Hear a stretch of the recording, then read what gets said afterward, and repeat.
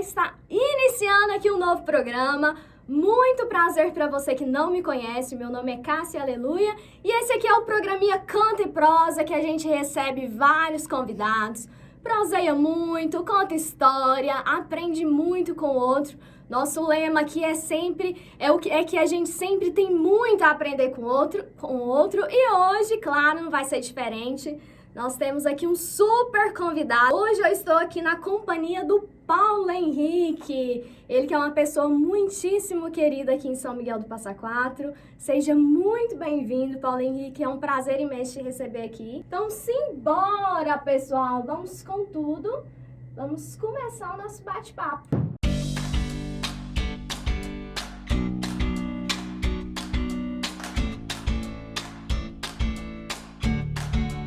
Muito bem, Paulo Henrique. Eu gostaria de começar lá do início.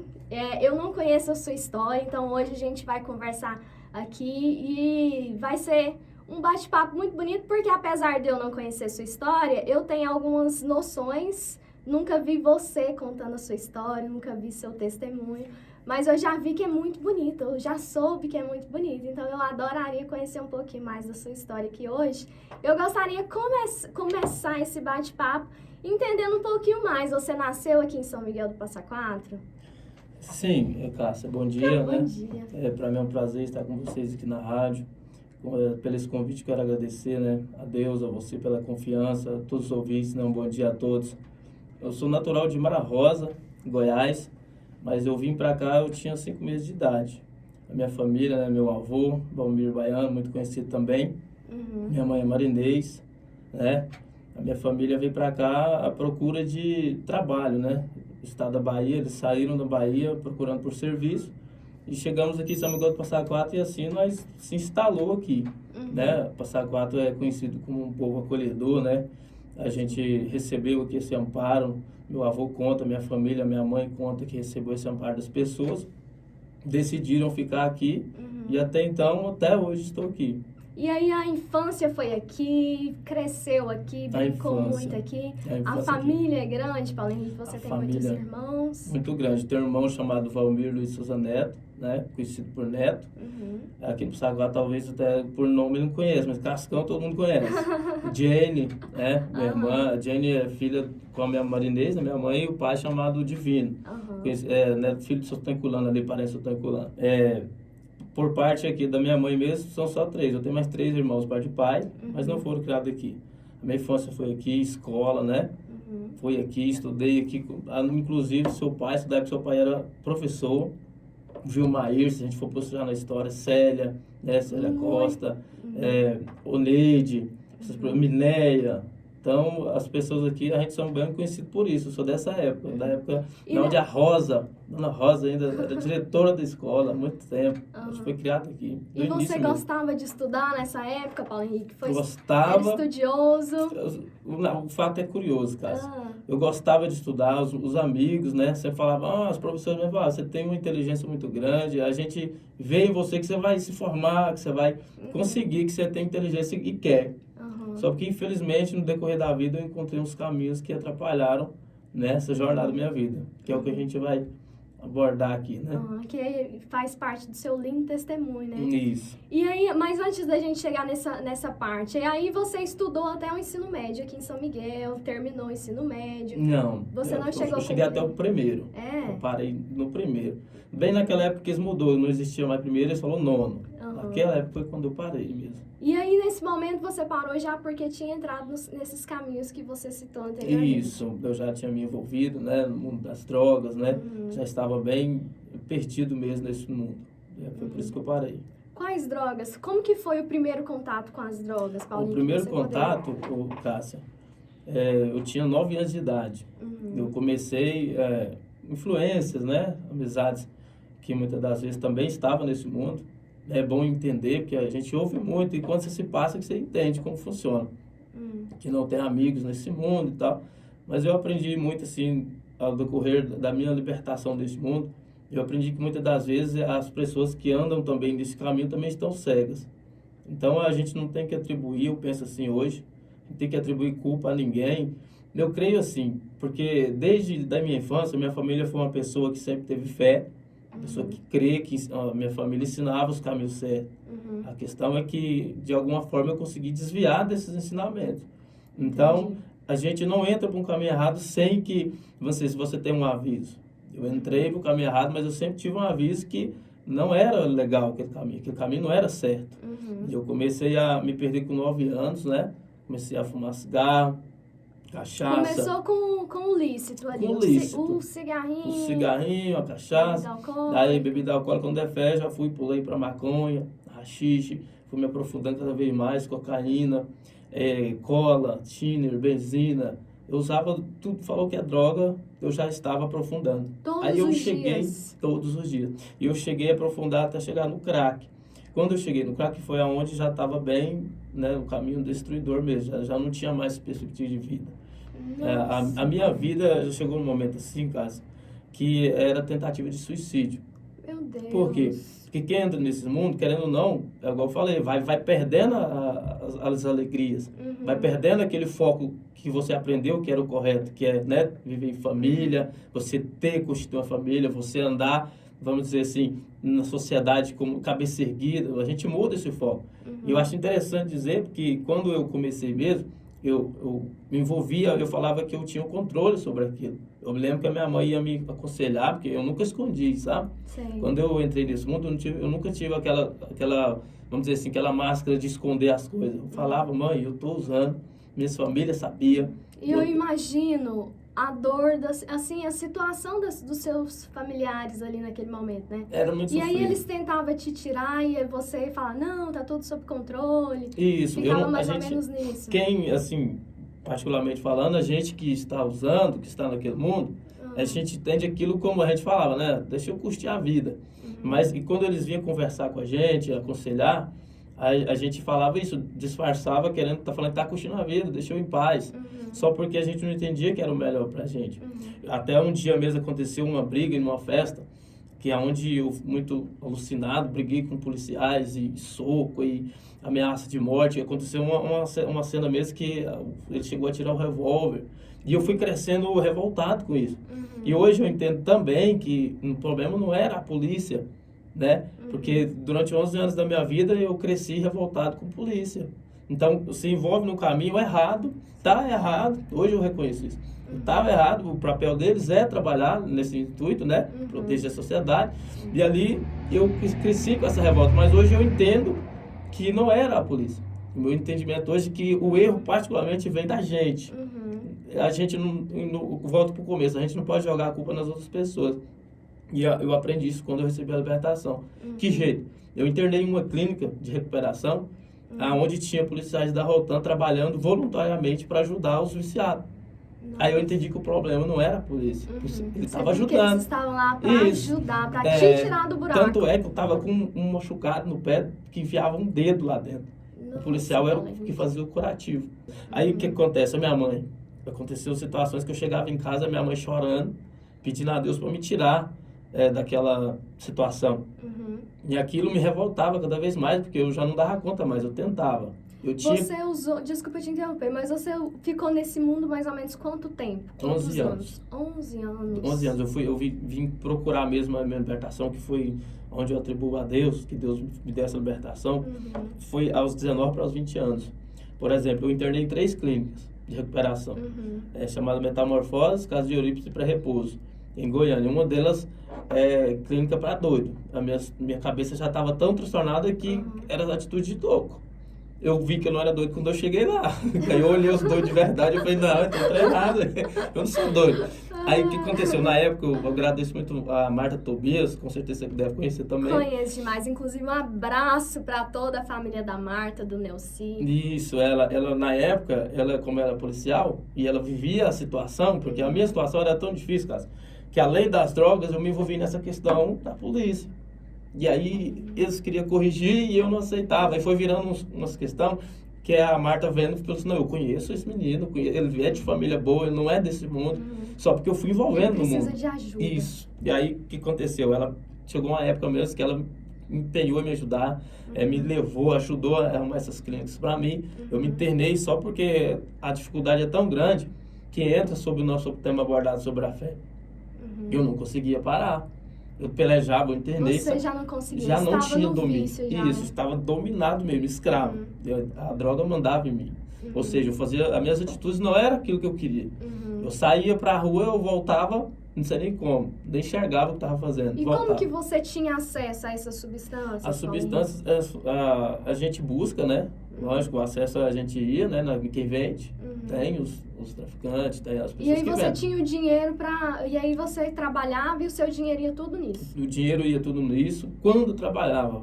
Que chegou um momento que eu estava tão perdido nesse mundo que não queria saber de serviço, não queria... Aquilo que é de ensino, que a gente aprende na sociedade, na escola, na família, no lar, né, na crença né, religiosa, eu abandonei tudo. A minha vida era para droga. Ou seja, eu amava minha mãe e amo até hoje, mas as minhas atitudes não mostravam isso por causa daquela perdição. Aí eu fui aprender que, diante dessas situações clínicas e busca, eu não consegui sair. O que eu fiz? Um dia, meu avô, que é o Valmir, falou assim: Paulo Henrique, era um momento que já estava... Ninguém queria perto. Por quê? Que eu também, onde eu falo, toco de novo nesse assunto, que não pode jogar a culpa nas pessoas. Ninguém queria mais perto porque eu chegava quebrando tudo. Chegou um momento que eu chegava em casa, eu quebrava tudo. Na minha casa mesmo, minha mãe vivia isso o tempo todo. Minha mãe entrou em depressão por isso, né? A minhas tias lembram disso, meus tios. E aí eu chegava em casa, meu avô falou assim: Paulo Henrique, eu acredito na sua recuperação. Você quer vir aqui morar comigo, você vai morar aqui comigo depois dessas internações. Né? Eu já estava em 3 mandados de prisão na época. Nossa, não tinha, não estava muito. Sua vida estava uma zona, então, na né? zona, de cabeça para baixo. Aí meu avô falou assim, na época a Maria Senhora era viva ainda, minha avó. Eles dois chegou, nós acreditamos e você vai morar aqui, você quer essa recuperação? Eu falei, quero. Isso em Goiânia, Paulo Henrique? Aqui em São Miguel. Aí meu avô falou assim, você acredita? Eu falei, acredito, vô. Eu fui para casa dele, e isso juntou pessoas, isso é um fato, juntou pessoas com medo que eu machucasse eles e fala para ele não fazer isso. Aí na fila da casa dele, assim, fez fila de pessoas falando, não faça isso, ele vai te matar, ele tá doido. Meu avô falou, eu acredito na recuperação dele. No primeiro dia, eu me lembro de um fato que eu fiquei transtornado lá, o portão foi pro lado da rua, no primeiro dia. Então ele já poderia ter desistido, que entra o tema da fé. Ele acreditou, eu acreditei, minha avó, minha família acreditou.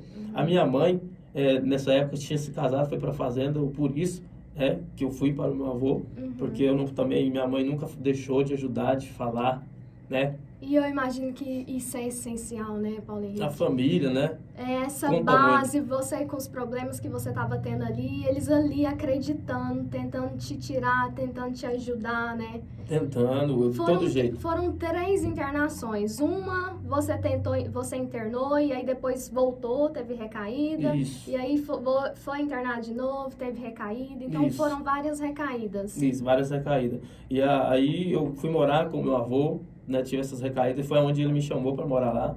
Eu comecei a trabalhar com ele. Eu me lembro que a primeira vez que eu trabalhei com ele, com dinheiro eu comprei uma bicicleta, fiquei muito feliz. Eu imagino que foi o primeiro momento, o primeiro dinheirinho que você usou ali para algo útil, né? Isso, aí eu fiquei feliz com a plantação. Eu imagino ali, foi um sucesso, foi seu primeiro pequeno sucesso ali, né? Foi, não, foi demais, porque eu não tinha mais isso, Cássia.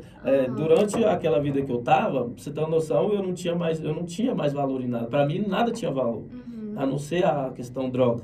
Pra eu dar valor na droga. Eu dava um conselho de um amigo na rua que eu nunca via, eu escutava, e o da minha mãe não. Então é assim que funciona esse mundo.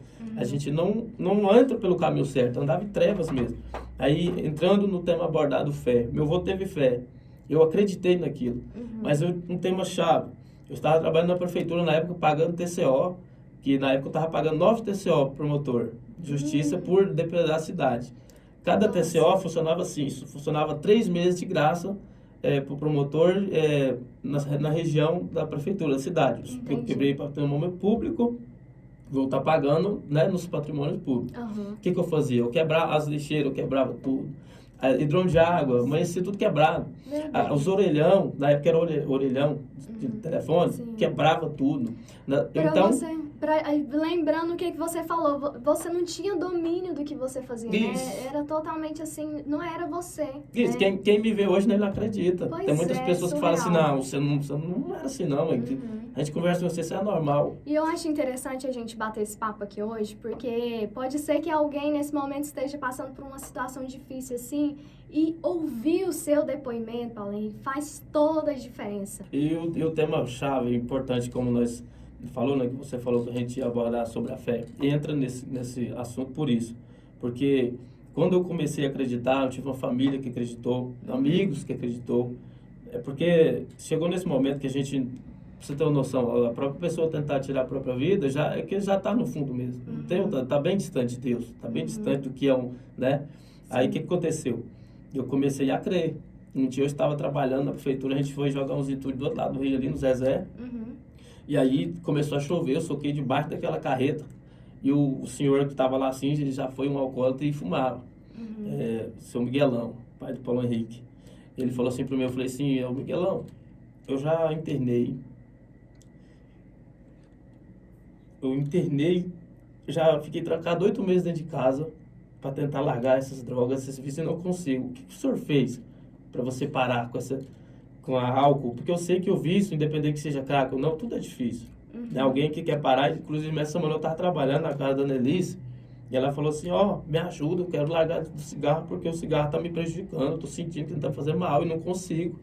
Então, é muito importante quando você tem um exemplo de vida. O cara, ele falou assim para mim, eu estava no meio de um pasto, naquele pasto eu estava roçando o pasto, eu ajoelhei, olhei para o céu, que é onde fica a fé.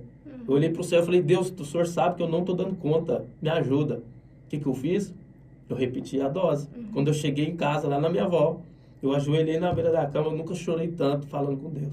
Esse foi, assim, o primeiro momento que você teve, assim, com Deus, íntimo, que te deixou leve. Foi um momento de fé que eu vi, que eu coloquei a fé na hora certa, no momento certo. Porque olha o tanto que é interessante, Cássio. A fé, eu nunca deixei de ter fé. Só que eu aprendi que eu não usava ela da maneira certa. Quando eu cheguei em casa, eu pedi ajuda para Deus. Usei a fé da maneira certa, eu vi a coisa acontecer. Então, muitas das vezes, um recado para quem está nos ouvindo que precisa, porque a fé, ela é muito importante, você precisa ter confiança nos momentos difíceis, nos momentos bons. Precisa continuar acreditando, porque o mais difícil é se acreditar quando tudo vai difícil. Quando vai bem, é mais fácil. Mas, por exemplo, na situação dessa, a fé tende a diminuir. A fé tende, porque, por exemplo, você acredita, mas você está vendo o seu filho chegar, por exemplo, mãe, você acredita, mãe, que o seu filho pode sair, mas você está vendo ele cada vez piorando e chegando notícia de morte, ameaça, que minha mãe convivia com isso. Minha mãe convivia com ameaça chegando lá em casa, bilhetinho de morte para mim. Então, isso, como que você vai manter essa fé ativa? Quando está difícil que a gente precisamos mostrar ainda mais nossa fé. Mas também não é que a gente não pode deixar ela cair, né? A palavra de Deus fala para mim, para você, para quem está ouvindo, que a fé pode ser do tamanho de um grão de mostarda, isso é o suficiente. Ou seja, manter ela acesa, né? A fé, a palavra também fala sobre a fé em Hebreus 11:1, que a fé é a certeza das coisas que se esperam, mas que não se vê. Mas às vezes a gente fala isso diretamente, a pessoa não entende. Mas quando nós entramos nesse assunto que nós estamos conversando aqui, Cássio, a gente vê que a situação e a fé pode mudar as coisas. Eu entrei nesse caminho, busquei, fui, orei, pedi a Deus, e com 15 dias eu coloquei o cigarro e tudo que eu usava dentro de uma caixinha de costura da minha avó. Deixa eu entender direito. Você saiu da clínica e aí você foi morar com seu avô, né? Isso. E aí essa história que você contou, você depois de sair da clínica, você ainda fumava ali o cigarrinho? Usava tudo. Mesmo depois da clínica, você ainda tinha essas recaídas? Tinha. Na terceira internação, você ainda tinha? Tinha. Entendi. Eu ainda não tinha saído. Foi onde que entrou a fé. E aí foi aí que você ajoelhou naquele dia que foi muito importante na sua vida e 15 dias depois que você se livrou disso? Não, 15 dias que eu falei para Deus. Falei, Deus, lá na oração, se o Senhor me ajudar, se o Senhor... Eu te sair dessa vida, que o senhor está vendo que eu estou tentando e não consigo, porque era realmente, a gente vê no dia a dia, as pessoas falam que quem usa, que é vagabundagem, é isso, aquilo outro. Pode sim tem exceções, mas tem pessoas que estão ali, caiu, vamos dizer, de gaiato, quer sair e não consegue, existe essas pessoas. Aí o que aconteceu? Eu pedi a Deus, coloquei com 15 dias, eu fiz essa promessa para Deus. Falei, Deus, se com 15 dias o senhor me ajudar e não deixar eu usar, eu tenho certeza que eu não uso mais. Cássio, eu dava murro na parede.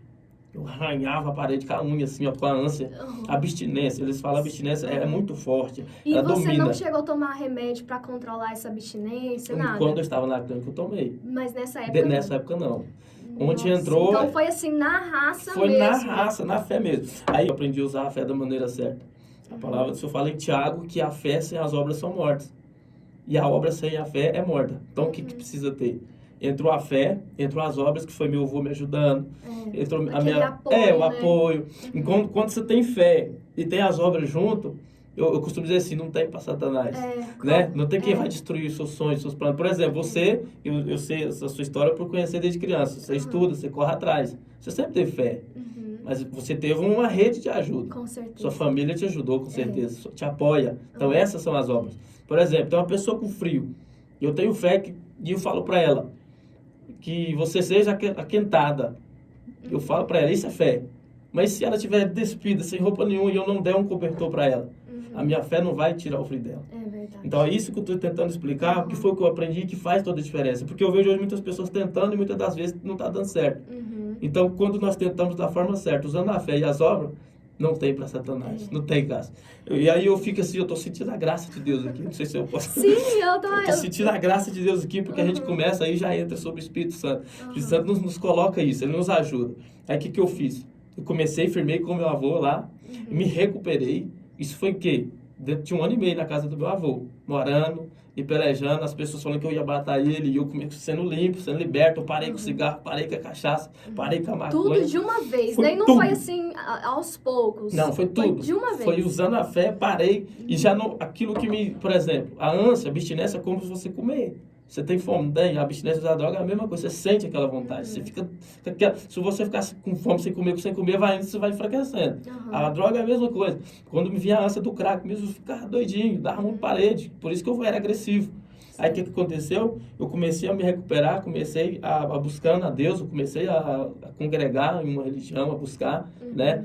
Comecei a pedir a Deus força e comecei a ser liberto de tudo aquilo. Aí, quando eu comecei a ser liberto, eu comecei a restabelecer na minha vida o que Deus e os ensinamentos, que é uma pessoa que pode andar na sociedade, uma pessoa que agora quer ter uma família. Graças a Deus, hoje eu sou até casado, cara. Tenho uma família. E tem uma família linda. Minha Inclusive, esposa... um abraço para Priscila e também para Maria Vitória, Isso. que está ouvindo a gente. Uma família linda que você construiu, né, Paulo Henrique? Deus colocou a mão no seu coração, te deu força. Eu acho que a fé realmente move montanhas, né? A partir daí, sua vida mudou muito, Paulo Henrique? Demais. Nossa, e para melhor, né? Como a gente estava falando, começou a ser restituído, né? Minha vida. Quem tentava todos os dias suicídio já não queria morrer mais, né? Comecei a voltar a interagir na sociedade, como foi dito aí, né? O Bolão, o Tinho, o Gilmar, amigos, né? Porque chegou um momento que já não tinha mais amigos. Mas voltou as amizades, voltou as pessoas a respeitar, que querendo ou não, já não tinha mais respeito. É natural também, né? Você voltou à sua essência, digamos assim, né, Paulo Henrique? Voltei a ser uma pessoa que podia andar na sociedade, né? Eu agradeço até os comentários aí, que é verdade, né? O Gilmar, eu me lembro. Ele falando, eu me lembrei, eu trabalhei com eles na época, ele viveu parte da história, ele me ajudava.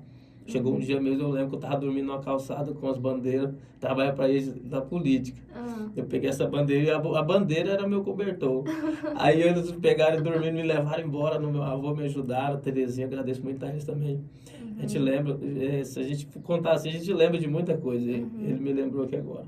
O time criado junto também, né? Bolão, a gente trabalhando junto. Agradeço pelas amizades que Deus coloca na vida da gente.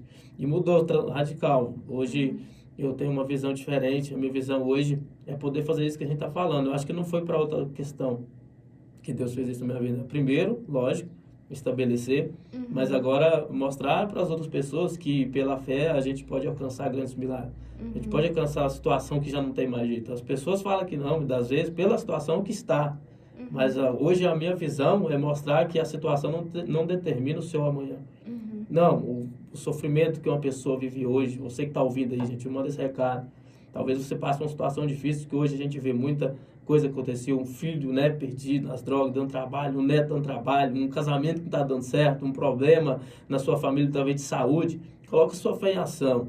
Não é falando que você não tem fé, mas nós estamos aqui para unificar a nossa fé, todos que estão ouvindo. É um conselho que a gente recebeu. Tem um ditado que se o conselho fosse bom, dava, vendia. Mas tem hora que é bom ouvir os conselhos. Eu gosto de Acho bom conselho. demais. Porque o conselho significa que aquela pessoa já passou por uma situação parecida. Isso. Então, ele viveu ali os dois lados, o lado positivo, o negativo, ele tá te aconselhando, olha, eu acho que esse lado aqui vai ser mais fácil. Então, eu acho que os conselhos são sempre muito válidos. E ouvir os seus conselhos aqui hoje está sendo fenomenal, Paulo Henrique. Por exemplo, a sua história, sem dúvidas, está tocando muitas pessoas hoje, porque é uma história de garra mesmo, de determinação, de fé.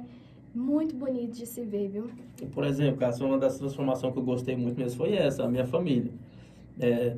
Eu consegui, né, através da fé, dessa libertação que Deus fez na minha vida, Deus colocou na minha família, na minha vida uma esposa, e através da minha esposa uma filha.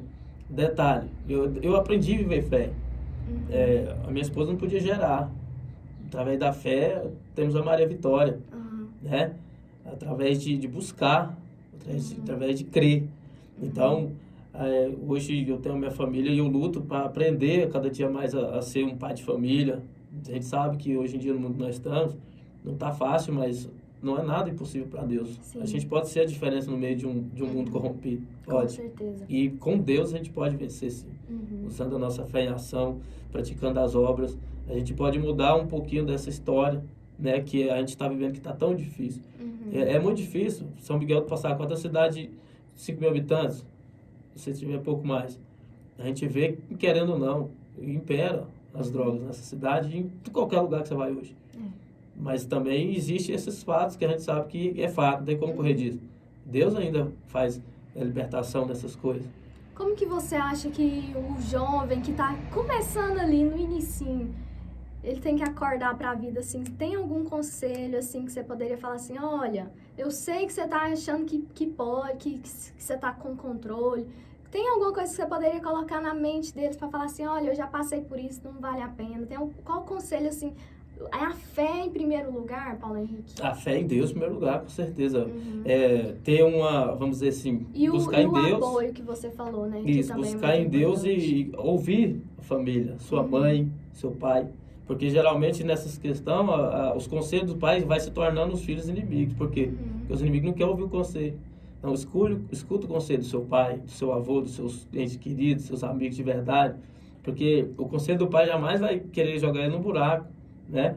Escuta, busca a Deus, tenha aí sua fé firmada em Deus, que Deus com certeza vai ajudar. O conselho que eu dou, que eu aprendi e tenho certeza que não sai fora disso, é acreditar em Deus e buscar, que a gente vai lembrando, a Bíblia fala em Salmo 119, versículo 105, que lâmpada para os nossos pés e luz para o nosso caminho é a palavra de Deus. E aproveitando, a gente já conheceu muito da sua história, quero agora aproveitar essa reta final para conhecer um pouco do seu trabalho de evangelização. Cássia, começou assim, né? Que como a transformação começou pela fé, no decorrer da nossa conversa a gente falou, eu até citei, né, algumas passagens bíblicas. Eu me converti ao evangelho, né?